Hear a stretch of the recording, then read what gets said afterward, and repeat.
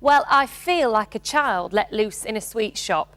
The only difference being I've got no money and most sweets cost a few pence, whereas these babies cost a few pounds. And we're talking anything from £50,000 up to £500,000. So I think I might just go and see a man about a red car.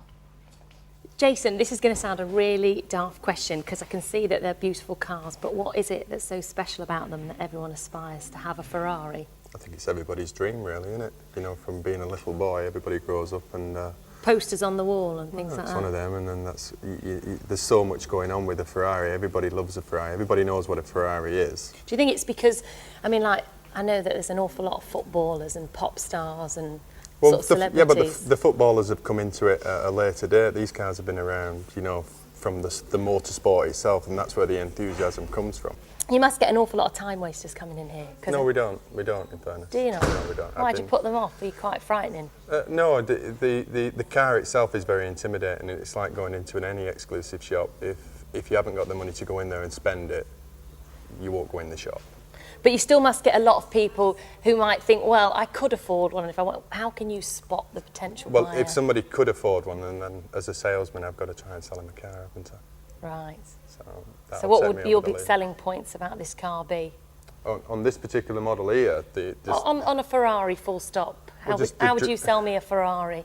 I wouldn't. If you haven't got the dream there to come in and buy one, there is no logic to buying one of these vehicles other than ownership, and it's really down to you wanting one. Have you ever had somebody come in here and put a case on the desk and get like 100 grand's worth of readies out? Have you had that? Not really, no, because... I'll have that one there. We can't really take that kind of money. I think it's the... So those £50 notes in my car, they're no good? No, I'd take a cheque and then clear it. Do it that way. What's the most expensive Ferrari you've got? Well, it'd be this model here that we're looking at the moment, which is the F50, which is the most expensive Ferrari that's ever been built for a road car, which... the on-the-road price was £411,000. Oh, only £500,000. So cheap at half. You could have a few houses for that, couldn't you? Yeah. And I bet that's just their play toy, isn't it? Well, I said to some customers who've got these cars, people will spend £100,000 on a picture and hang it on the wall. So what's the difference between putting £100,000 on a beautiful car and putting it in the garage? Do you get a lot of women buying Ferraris? No, but we get a lot of influence from women to buy a Ferrari. How do you mean by influence? Well, a lot of the time the partner will be umming and ahhing whether to buy one, and they'll then influence them to either go for it or not go for it. Right. And what about, I'd love to know this, lottery winners? You must have had a few lottery winners come in. We do get lottery winners in, yes. I mean, that must be quite comical, because they must turn up in their old clapped out car. They don't, they don't, in fairness. That's what you'd picture it to be, but they don't. They usually like check me. into it. But I mean, if it was me who won the lottery, then yeah, I'd just turn up in an old clapped out car and just buy anything. I think that's more fun, don't you? Yeah, it is. I mean, I've made an effort for you today. I've put on a nice, clean white suit because I knew I was coming somewhere posh.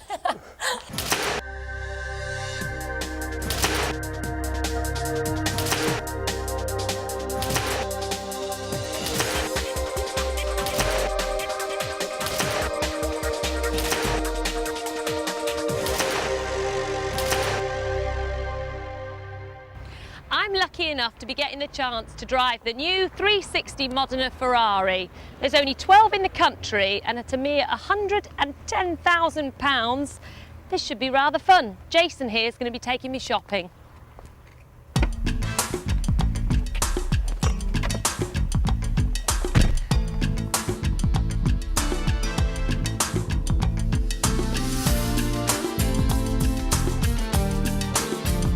Now, everyone knows that these babies can pack a punch, but let's be honest, we all know the speed limit is 70 miles an hour, so I'm not going to break any laws in this.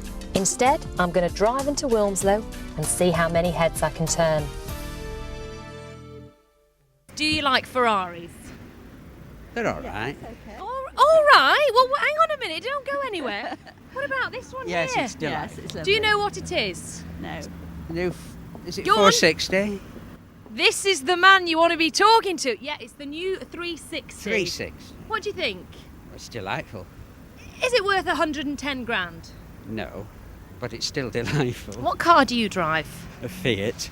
Fiat. Who incidentally own Ferrari. They do, they do. You're a Ferrari man, are you? I am, yeah. Why's that? I think they're very distinctive. They're one of their own. They are really. Yeah. Do you recognise this one? I don't know, but I will say that I always associate Ferraris with red.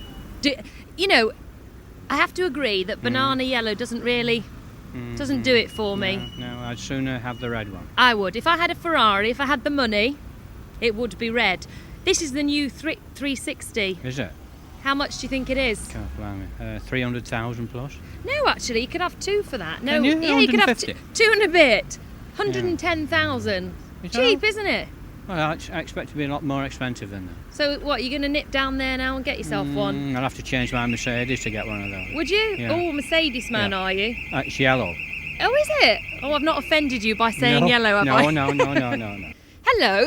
Have you come out for a live look? Let me show you my new car, dear. Do you know what this is? Yeah, I think it's a Ferrari, isn't it? I know, but what Ferrari is it? It's not any old Ferrari. I haven't a clue what model it is, but it looks all right. It's a new 360. Right, What do you think of the colour? very good. Like yeah, it. go with your tie, really, wouldn't it? Better than the red ones, yeah. Do you not like a red Ferrari? No, that's a bit different. Norman, what do you think of my new car for the day? Very nice. I think it's well in keeping with your image, Jeanette. I think it would suit you down to With the my ground. image, I haven't got the money for it, love. I'd I- like it very yeah. much, but you need a few quid for one of these, don't you? I would imagine so, yes. How I much think you've got the money for it. Would you buy one of these, Norman? I don't think so, no. It's Why? a bit pretentious, you know.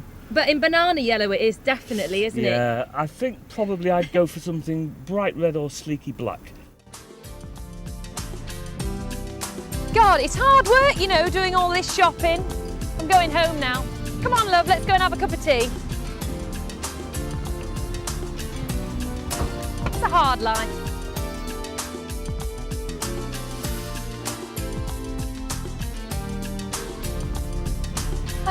Well, this has got to be the ultimate sports car. It was a real dream to drive. Jason's just nipped in for a cup of tea and he said I've got to give it back, but only if he can catch me.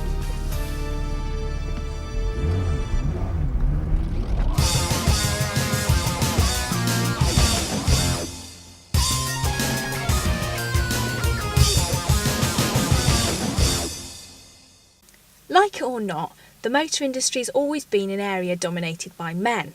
Whether you're looking to buy a new car, get a car serviced or take to the track, 9 times out of 10 you're going to have to deal with a man.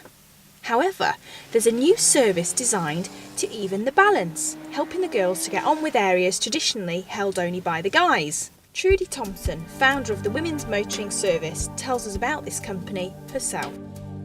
It's an organisation to help encourage women to get involved with cars and driving. Do you think that women are put off from entering careers in the motor industry and motorsport events? As a woman who runs a motor trade business herself, I've found many occasions the humiliation of walking in and having someone embarrass you as soon as you walk in. It's just your own feeling within yourself. It's not necessarily how they treat you. The Women's Motoring Service is run as a club. Is there an advantage to structuring the organisation in this way? To show a body of membership which is definitely of interest to the motor industry, it proves that there are women out there wanting to get involved and needing to know more. So once you've paid the membership fee, what do you get for your money? You get a membership pack, you get opportunities to go on track, you belong to a club which goes to events to do with motorsport, but also we give you all the information to get yourself involved or find out more about motor racing. The organisation is also playing an active role in encouraging women in motorsport. Before the end of this year we will have single-sex female race series coming through in karting and motor racing. And we're very keen to get people started that way. As well as motorsport, the Women's Motoring Service also runs training courses for members. We're getting together with government organisations, the further education people and schools to promote safer driving with younger drivers and also to encourage women to come through and take part in engineering courses, areas within motorsport which sadly lack women taking part. When it comes to buying or selling your car, they can help you with that. We have an advisory service which informs you about the latest models, what cars are good value, which ones are not so good. We can organise and sell your car for you. As a private person, you can sell it on our website. You can find out more about finance and insurance, all through being a member. So, the Women's Motoring Service aims to make the industry a far less intimidating place for women, whether you're interested in taking part in motorsport or not. The service offers plenty of other important benefits to its members. In a time when motorists increasingly need a voice, the Women's Motoring Service gives women on the road and on the racetrack a chance to be heard.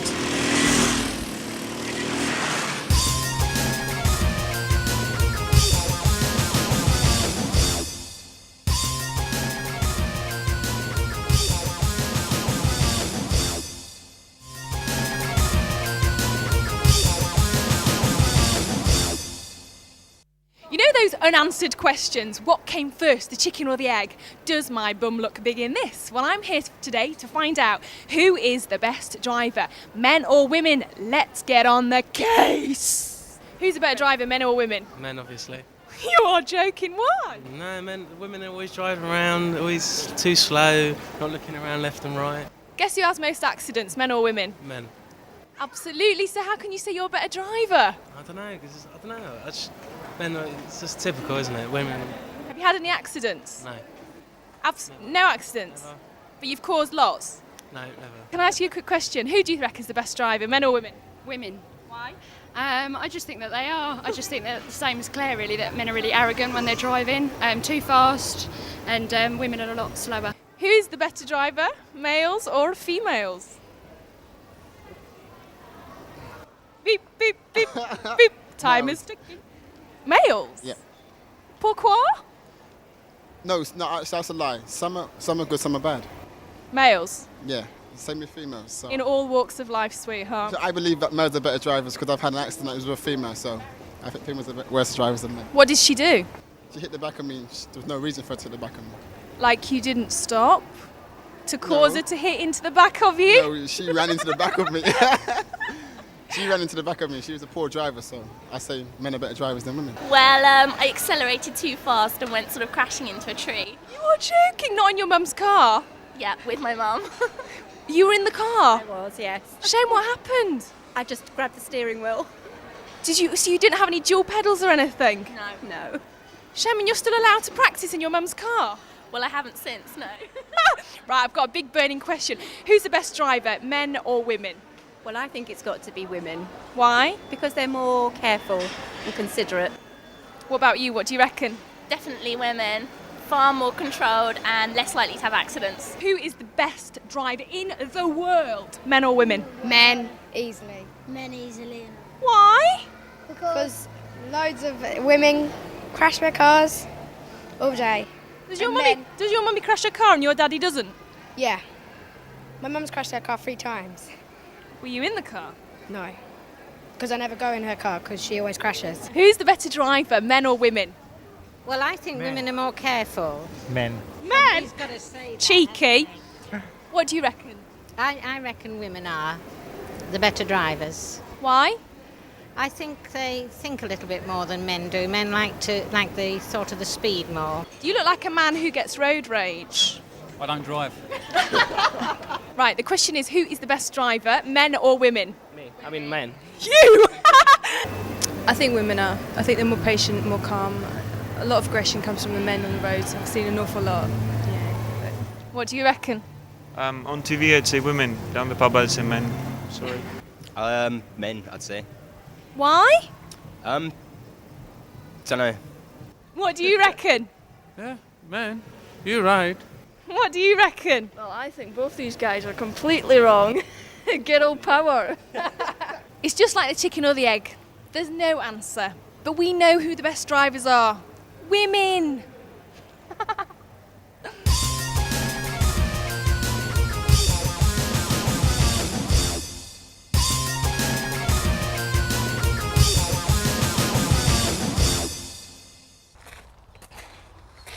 People choose small cars for different reasons. Today we're going to meet Helen Walker, who packs a lot into a small car. Hi Helen, tell me about your Peugeot 106. Why did you choose one?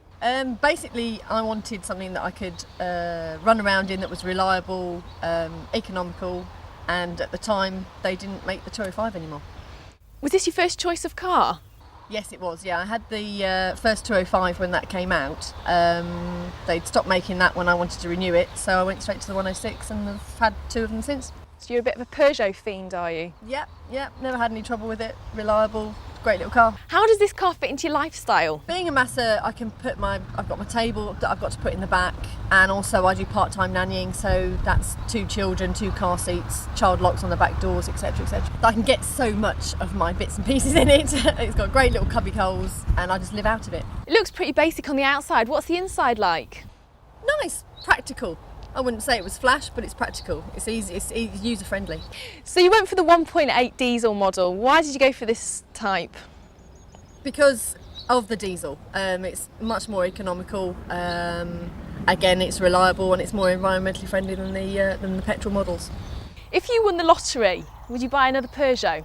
If I could buy anything, I'd go for a 911, a Porsche 911. Why? Dream car, but I can't fit anything in it, so it's totally impractical. But yeah, that's the dream car. But did they make roof racks for Porsches? Well, no, I was just thinking of putting a trailer on behind, and I thought that'd be okay. Can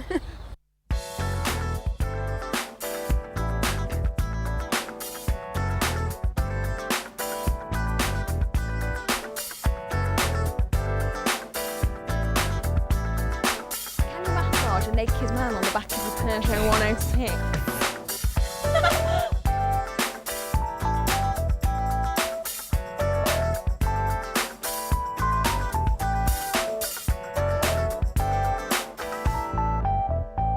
Thanks Helen, that was great. I'll see you in your Porsche, eh? Absolutely.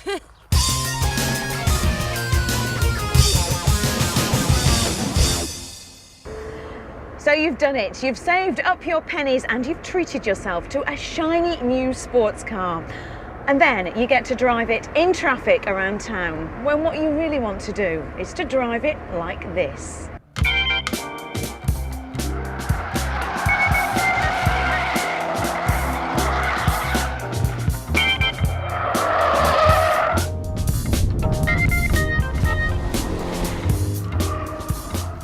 The aim of our driving days here are to increase the safety and skill levels of drivers, to help them understand how to drive performance cars particularly, but a lot of the training we do enables them to drive any vehicle in a safer manner.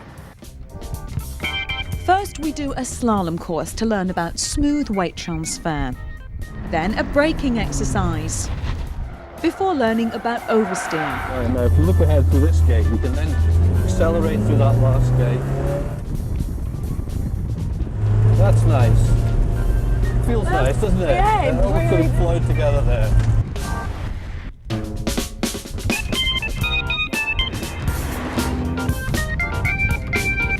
Right, how's your stomach? What did you say?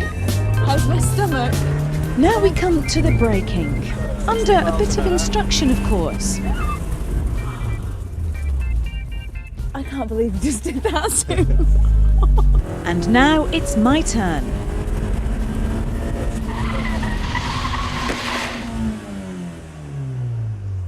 Right. What did I do? Well, first of all, the speed was too high. Killed a wall of cones. Next up, it's the oversteer course. But what do these lessons teach us in everyday driving? If you imagine when you're doing the hammer at school, you know, and you're throwing it, if all the weight's behind you, if something happens and you lift off, the weight naturally wants to flick round like a pendulum. So that means the back of the car is always going to snatch round. Where if you drive a front-wheel drive car, all the weight's at the front, so naturally the front wants to go first, and you sort of get into those scenarios where you're steering around the corner and the car's naturally going straight. But that generally doesn't happen on rear-wheel drive, rear-engine cars. The rear wants to come round, and especially if you lift off the accelerator or something like that, or you brake in a corner, the weight just wants to flick round past you. Quicker, lift off. Correct. That's it, not bad. That's it, now start to accelerate. That's it, accelerate, quicker. This is the one place where getting it wrong is right. Finally, we take all I've learned out onto the track. Over to the left. Now brake down in the third. That's it. Aim for the yellow one. Now keep it right over to the orange one. Now turn it in and aim for the yellow one again. Let it drift out towards that one. Stay out here. The fantastic thing is that by the end of the day, everything you've learnt earlier on really starts to gel together on the track.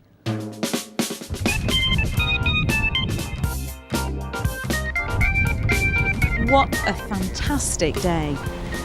There's just one problem with a course like that. It gives you just a taste and it leaves you wanting more, which could become a very expensive hobby.